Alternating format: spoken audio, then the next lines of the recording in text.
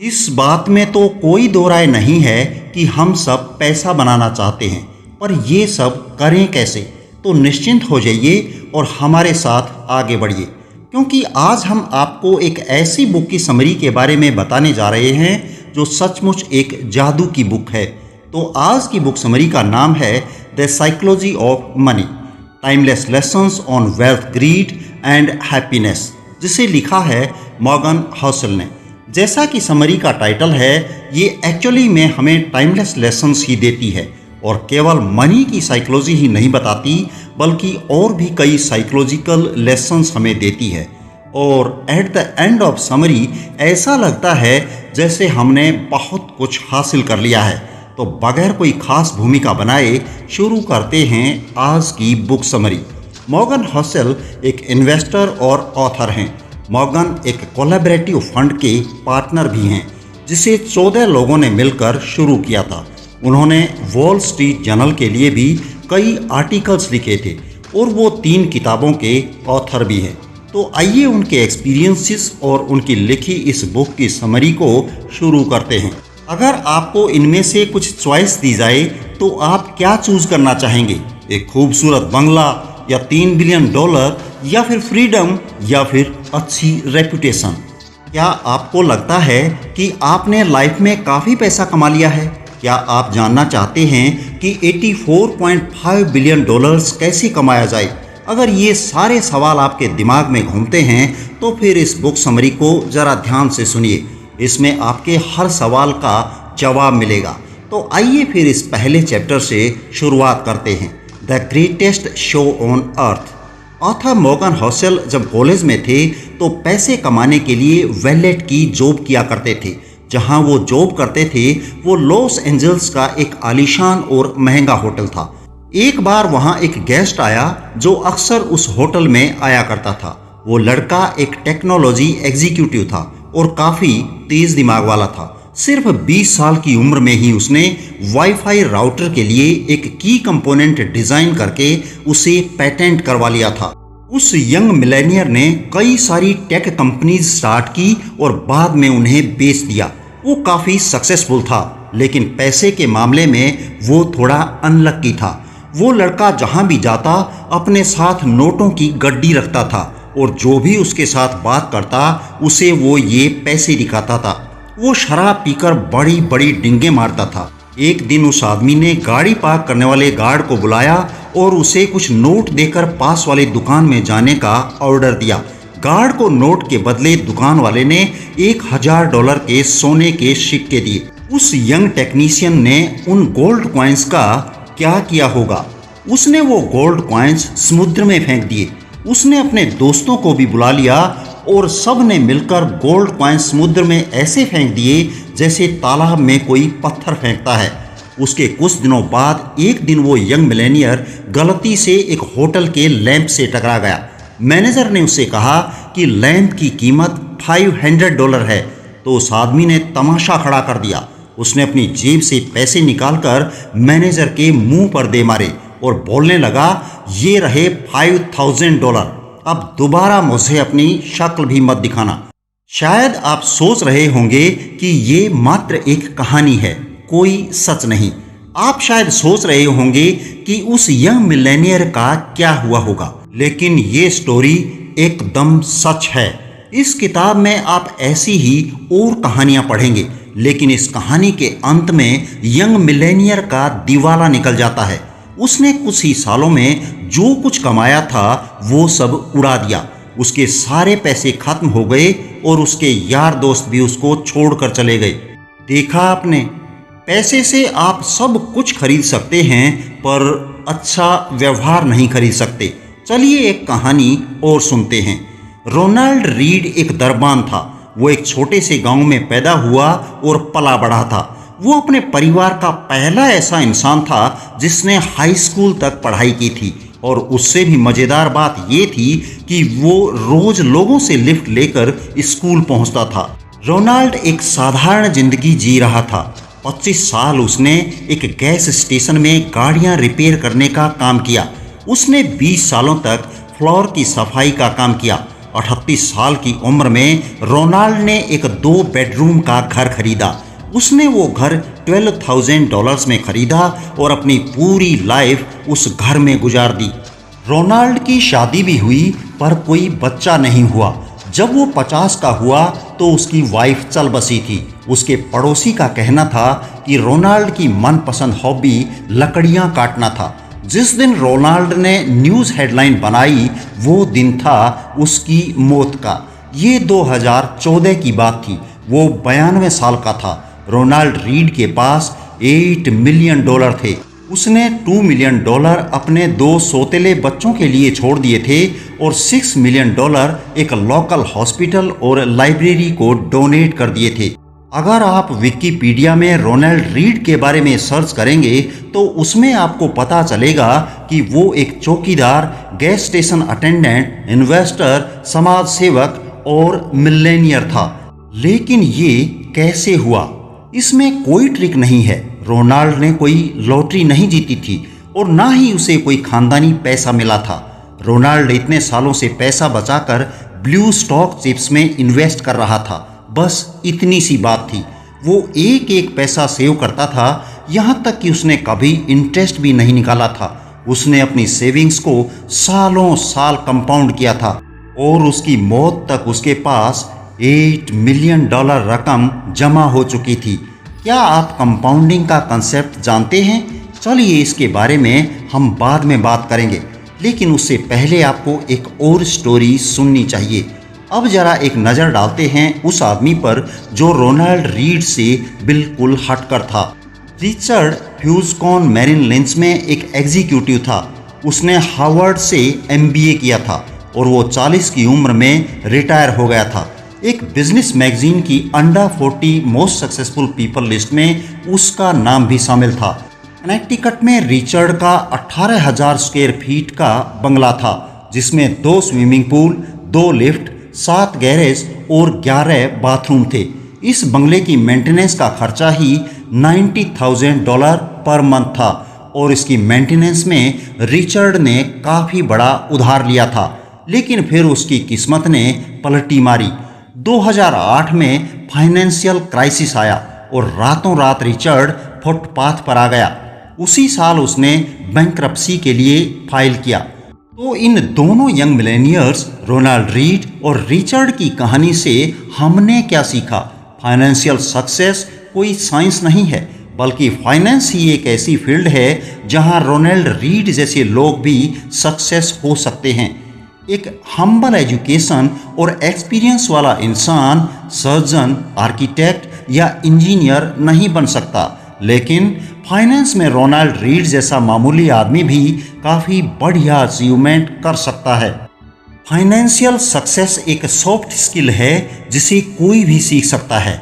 ये एक unique field है जहां आपकी नॉलेज से ज़्यादा आप कैसे बिहेव करेंगे ये ज़्यादा मायने रखता है।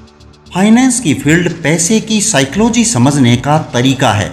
आप चाहे जहां से भी हों, जैसे भी हों, पैसा आपका दिमाग बड़ा बना देता है। बस आपको अलर्ट रहने की और ध्यान देने की ज़रूरत है। हर कोई अमीर बन सकता है पर हर कोई हम्बल नहीं होता। इन स्टोरीज और इनसे मिले लेसन के बाद हम आगे बढ़ते हैं और समझते हैं नेक्स्ट चैप्टर को, नेवर एनफ। वैनगार्ड के फाउंडर जॉन बोगल ने एक बार एक स्टोरी सुनाई थी। एक बिलियनियर के घर पे पार्टी हो रही थी। एक कोने में कर्ट वोंगेट और जोसेफ हेलर बैठे थे। दोनों अपने होस्ट की इनकम की बात कर रहे थे, जो कि एक हेज फंड मैनेजर था। कर्ट ने कमेंट किया कि उस आदमी की एक दिन की कमाई भी जोसेफ के नॉवेल कैच-22 की पूरे साल की बिक्री से भी ज़्यादा है।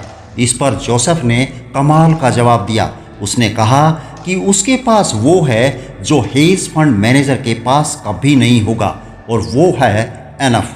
वैसे अभी आपकी सोर्स ऑफ इनकम क्या है? क्या आप बोल सकते हैं कि आपके पास एनफ मनी है?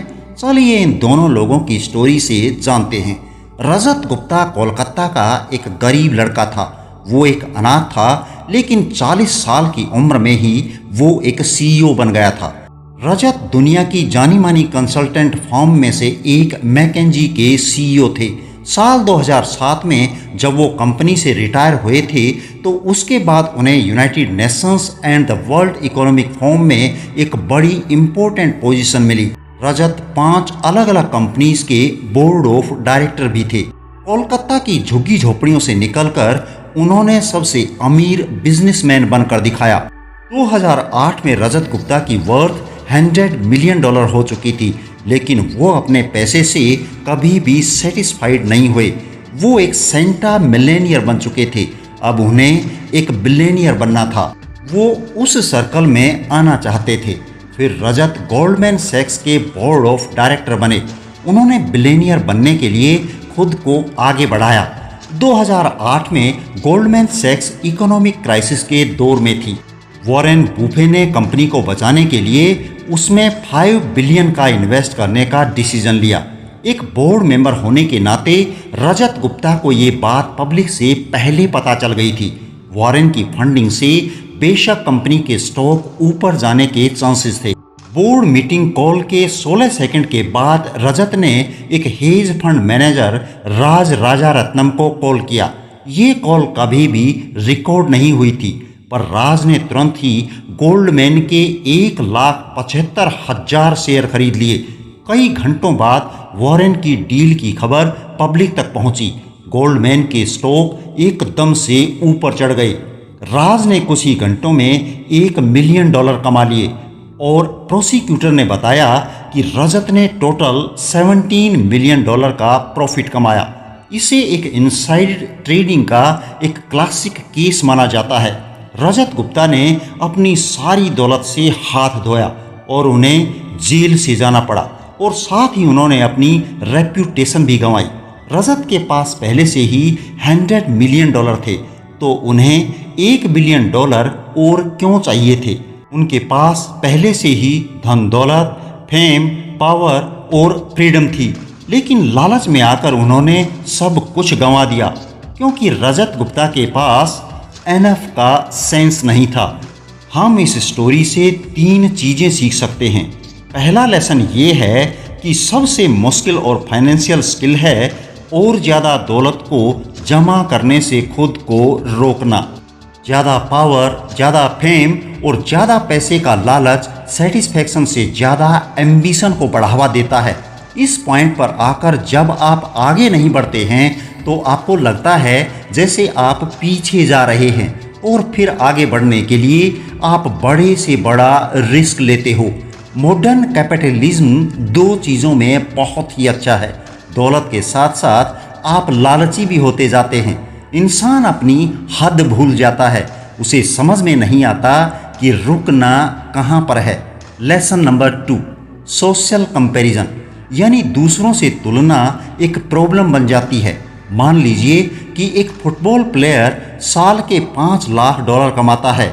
उसके पास पहले से ही काफ़ी पैसा है, पर अगर हम उसकी तुलना माइक ट्राउट से करें जिसका $430 मिलियन साल के हिसाब से 12 साल का कॉन्ट्रैक्ट है, तो हमें ये प्लेयर उसके सामने एकदम गरीब लगेगा। अब मान लो हेज फंड मैनेजर जो कि $36 मिलियन कमाता है, पर 2018 में top 10 highest paid hedge fund managers कम से कम $340 मिलियन साल के कमाते थे, तो हमें ये 36 मिलियन उसके मुकाबले काफ़ी कम लगेंगे।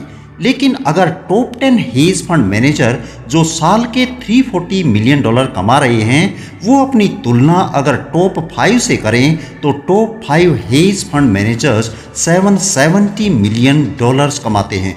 और अगर टॉप 5 खुद की तुलना वॉरेन बुफे से करें जो कि 2018 में उनसे $3.5 बिलियन ज़्यादा अमीर हैं, और अगर वॉरेन बुफे जेफ बेजोस के लेवल पर आना चाहें जिनकी वर्थ 2018 में $24 बिलियन थी, तो देखा आपने, सोशल कंपैरिजन की दीवार बहुत ऊंची है, कोई भी इसे छू नहीं सकता। अगर आप भी इस खेल में शामिल हो जाओ कि मैं अपने दोस्तों जितना अमीर होना चाहता हूं, तो आप कभी नहीं जीत सकते, क्योंकि जीतने और पैसा कमाने की कोई लिमिट नहीं है। कोई पॉइंट नहीं जहां आपको एनफ लगे और आप सेटिस्फाइड फील करें। जीतने का एक ही तरीका है, लड़ो ही मत। मान लो कि आपके पास काफ़ी पैसे हैं, चाहे आपके आसपास के लोग और की चाहत में पागल हुए जा रहे हों। लास वेगास के एक डीलर ने एक बार कहा था कि कसिनो में जीतने का एक ही तरीका है, घुसते ही बाहर निकल जाओ। सोचो आप एक एग्जीक्यूटिव विलेज की पार्टी में हैं। आप और आपके दोस्त डिस्कस कर रहे हैं कि कौन सबसे ज़्यादा अमीर है, किसके पास सबसे बड़ा घर है और कौन सबसे ज़्यादा फेमस है और किसे लोग सबसे ज़्यादा पसंद करते हैं। लेकिन आप देखेंगे कि विनर कोई भी एक नहीं होगा। जीतेगा वो ही जो अपने आप से सेटिस्फाइड है, जो एक छोटे से घर में प्यार करने वाली फैमिली के साथ एक हंसी खुशी की एक खुशहाल जिंदगी जी रहा है। लेसन नंबर 3, कुछ चीज़ें पैसे, फेम और पावर से ज़्यादा बढ़कर होती हैं, चाहे आपके पास ये कितना ही ज़्यादा क्यों ना हो। ये बातें रजत गुप्ता ने जेल से छूटने के बाद द न्यूयॉर्क टाइम्स के अपने इंटरव्यू में कही थी। उनसे जब पूछा गया कि उन्होंने इस घटना से क्या सीखा, तो वो ये बोले कि किसी भी एक चीज़ से ज़्यादा अटैचमेंट मत रखो, चाहे वो अपनी रेपुटेशन हो या आपकी अचीवमेंट हो। ये चीज़ें कोई मैटर नहीं करती। इस हादसे ने मेरी पूरी रेपुटेशन बर्बाद करके रख दी है, लेकिन मैंने अब सीख लिया है कि मुझे इससे भी बहुत ज़्यादा अटैचमेंट नहीं रखनी है। रजत गुप्ता खुद को बचाना चाहते थे। वो अपने किए की सफाई दे रहे थे। वो खुद को ही तसल्ली दे रहे थे कि उनकी रेपुटेशन अब उनके लिए और मायने नहीं रखती। लेकिन उनका कहना गलत था। रेपुटेशन बेशकीमती है, फ्रीडम बेशकीमती है, परिवार और दोस्त भी बेशकीमती हैं। लोगों को प्यार करना और बदले में उनका प्यार पाना भी बेशकीमती है। खुशियाँ बेशकीमती हैं, लेकिन ये सब पाने का एक ही तरीका है, आप अपनी हद समझें। आपको याद रहे कि कब रिस्क लेने हैं और कब इनफ का मतलब इनफ है। और इस इम्पोर्टेंट लर्निंग को सीखने के बाद आगे बढ़ते हैं नेक्स्ट चैप्टर की ओर, कंपाउंडिंग। एक फील्ड से सीखी हुई बातें हमें दूसरी फील्ड में काम आती हैं। क्या आपको पता है कि बहुत पहले आइस एज क्यों आया था? ये कुछ उसी तरह से है जैसे इन्वेस्टमेंट में कंपाउंडिंग आपके पैसे पर ग्रो करती है। 19वीं सेंचुरी में जाकर साइंटिस्ट इस बात पर एग्री हुए थे कि धरती में कभी आइस एज आया था। इसका सबूत इतना करीब था कि आसानी से नज़रअंदाज कर लिया जाता था। धरती में सिर्फ एक ही आइस एज नहीं आया, बल्कि हमारी पृथ्वी ने 5 आइस एज देखे हैं, जिनकी डेट का आज हम एक्यूरेट अंदाज़ा लगा सकते हैं। क्या आप सोच सकते हैं कि पूरी दुनिया को बर्फ से कवर करने, बर्फ पिघलने और फिर बर्फ से ढकने पर कितनी एनर्जी की ज़रूरत पड़ेगी? तो ये घटना 5 बार हो चुकी है। लेकिन आइस एज आया ही क्यों? आइस एज के पीछे की वजह क्या है? इसके बारे में बहुत सी थ्योरीज हैं। एक थ्योरी के हिसाब से माउंटेन रेंज में हलचल होने की वजह से क्लाइमेट में चेंज आया। एक दूसरी थ्योरी कहती है कि आइस धरती का नेचुरल वातावरण है, जिसमें ज्वालामुखी फटने से बदलाव आया है। हालांकि ये थ्योरी सिर्फ एक आइस एज को एक्सप्लेन करती है, न कि 5 को। 1900 की शुरुआत में एक सर्बियन साइंटिस्ट मिलुतिन मिलानकोविक ने सोलर सिस्टम में धरती की पोजीशन को स्टडी किया और वो इस नतीजे पर पहुंचे कि सूर्य और चंद्रमा की ग्रेविटेशनल ताकत का प्रभाव पृथ्वी की धुरी पर पड़ता है। मिलानकोविक ने कहा कि कई बार ऐसा भी होता है कि पृथ्वी अपनी धुरी पर कुछ ज़्यादा ही झुक जाती है, जिससे इसे नॉर्मल से ज़्यादा सोलर रेडिएशन मिलता है। पृथ्वी के हेमिस्फेयर में आने वाले बदलाव के चलते बहुत ज़्यादा ठंड हो गई, जिससे पूरी पृथ्वी बर्फ की मोटी चादर से ढक गई थी। व्लादिमीर कोपिन, जो कि एक रशियन मीटियोलॉजिस्ट हैं, उन्होंने इस थ्योरी में एक कंडीशन जोड़ी है। उन्होंने कहा कि अबनॉर्मल टिल्ट की वजह से धरती पर गर्मियों के मौसम में ठंड बढ़ गई थी। ये उस तरह की गर्मी थी जिसमें इतनी गर्मी नहीं होती कि पूरी बर्फ को पिघला सके। गर्मियों के बाद भी धरती के कुछ हिस्से बर्फ से ढके रहे, जिससे बर्फ को आने वाली सर्दियों में भी टिके रहने में आसानी हुई। साल दर साल इसी तरह बर्फ के ऊपर बर्फ की परतें जमा होती रही जब तक कि पूरी पृथ्वी बर्फ से ढक नहीं गई और इस तरह आइस एज आया। समझा आपने? कंपाउंडिंग का कॉन्सेप्ट भी कुछ ऐसा ही है। मान लो आपने अपनी एनुअल सैलरी का 10% इंडेक्स फंड में जमा करना शुरू किया और आपकी एनुअल इंटरेस्ट रेट 10% है, तो अगले साल आपके पास आपकी सैलरी का 10% इंटरेस्ट रेट के साथ होगा। फिर आप अगले साल से हर बार अपनी सैलरी का 10% जमा करते गए। हर साल आप 10% जोड़ रहे हैं और हर साल आपका 10% इंटरेस्ट रेट भी ग्रो कर रहा है। अगर आप इस पैसे को अगले 10 साल तक नहीं निकालते हैं तो आप मिलेनियर बन जाएंगे। आइस एज भी धीरे धीरे बर्फ के जमा होने से आया। कंपाउंडिंग ऑफ इंटरेस्ट का मतलब भी यही है, धीरे धीरे पैसा जमा होना। क्या आपको पता है कि वॉरेन बुफे सिर्फ 10 साल की उम्र से ही इन्वेस्ट करते आ रहे थे। उन्होंने कभी भी अपने इंटरेस्ट का पैसा नहीं निकाला। उन्होंने कई सालों तक ये पैसा जमा होने दिया और जब वे 89 के हुए तो उनके पास 84.5 बिलियन डॉलर थे। ये उनके डिसिप्लिन और 8 दशकों की कंपाउंडिंग का नतीजा था। अगर आप कैलकुलेट करें तो वॉरेन बुफे ने अपने 50वें जन्मदिन के बाद ही 84.5 बिलियन डॉलर कमाया। ये सब कंपाउंडिंग के पावर का कमाल है। इस इक्वेशन के बारे में सोचिए, 8 + 8 + 8 + 8 + 8 + 8 + 8 + 8 + 8 = 72। ये जोड़ है। लेकिन जब आप 8 को 8 से 9 बार मल्टीप्लाई करेंगे तो क्या होगा?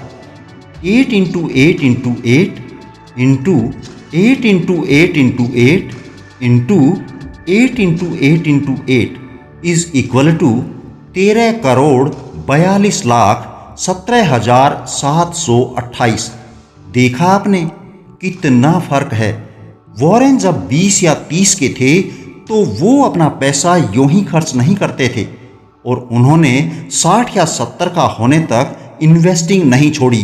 वो लगातार इन्वेस्ट करते गए। उन्होंने 25 साल तक पैसा जमा किया। वॉरेन की दौलत पर कई सारी किताबें भी लिखी गई हैं। फिर से बता दें कि उनके पास 84.5 बिलियन डॉलर हैं। उन्होंने 10 साल की उम्र से इन्वेस्ट करना शुरू किया था और 89 का होने तक वे करते ही रहे। अगर कंपाउंडिंग पर सच में कोई किताब लिखी जाए तो उसका नाम होना चाहिए शट अप एंड वेट। तो आइए अब एक और इम्पोर्टेंट चैप्टर समझ लेते हैं, अमीर होने और अमीर रहने के बीच का फर्क। Getting wealthy versus staying wealthy.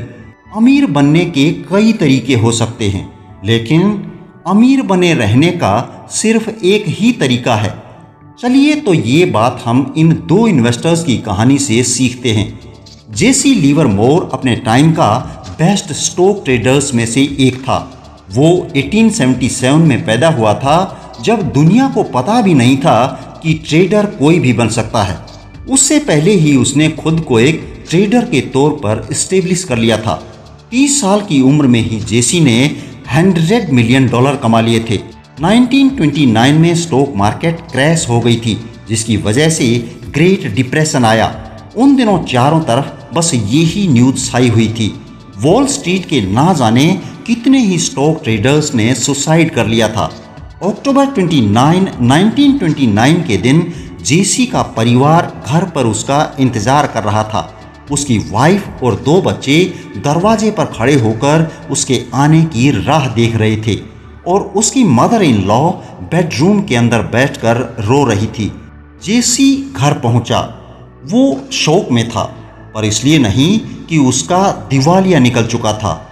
उसने अपनी वाइफ को पूरी बात बताई। हुआ यूं था कि जेसी ने शर्त लगाई थी स्टॉक मार्केट नीचे आएगा और उसका अंदाजा एकदम सही निकला और वो करोड़पति बन गया। उस अक्टूबर 29 को उसने $3 बिलियन पैसे कमाए थे, जब हर कोई ये शर्त लगा रहा था कि स्टॉक के रेट ऊपर जाएंगे। तो उस वक्त जेसी ने भविष्यवाणी कर दी थी कि स्टॉक मार्केट नीचे गिरेगा। बस फिर क्या था, वो शर्त जीत गया और रातों रात बिलियनियर बन गया था। पर अब्राहम के साथ कुछ अलग किस्सा हुआ। अब्राहम एक अमीर रियल एस्टेट डेवलपर था। 1920 यानी कि 1920 के दौरान वो मिलेनियर बन चुका था। बाकी ट्रेडर्स की तरह अब्राहम ने भी काफ़ी बड़ी शर्त लगाई थी कि स्टॉक मार्केट ऊपर चढ़ता रहेगा। स्टॉक मार्केट क्रैश के कुछ ही दिनों बाद अब्राहम गायब हो गया था। दरअसल उसने सुसाइड कर लिया था।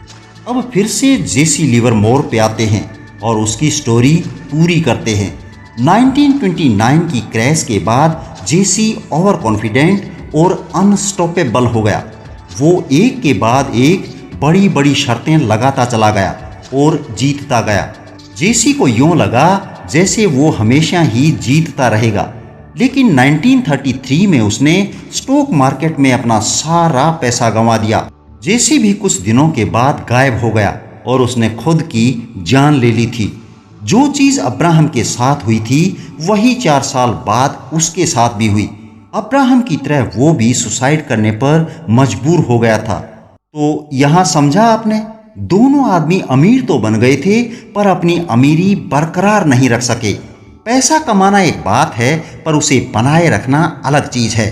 पैसा कमाने के लिए आपको बाहर निकलना पड़ेगा, रिस्क लेने पड़ेंगे, आपको ऑप्टिमिस्टिक बनना होगा। लेकिन पैसे को बनाए रखने के लिए आपको हम्बल होना पड़ेगा।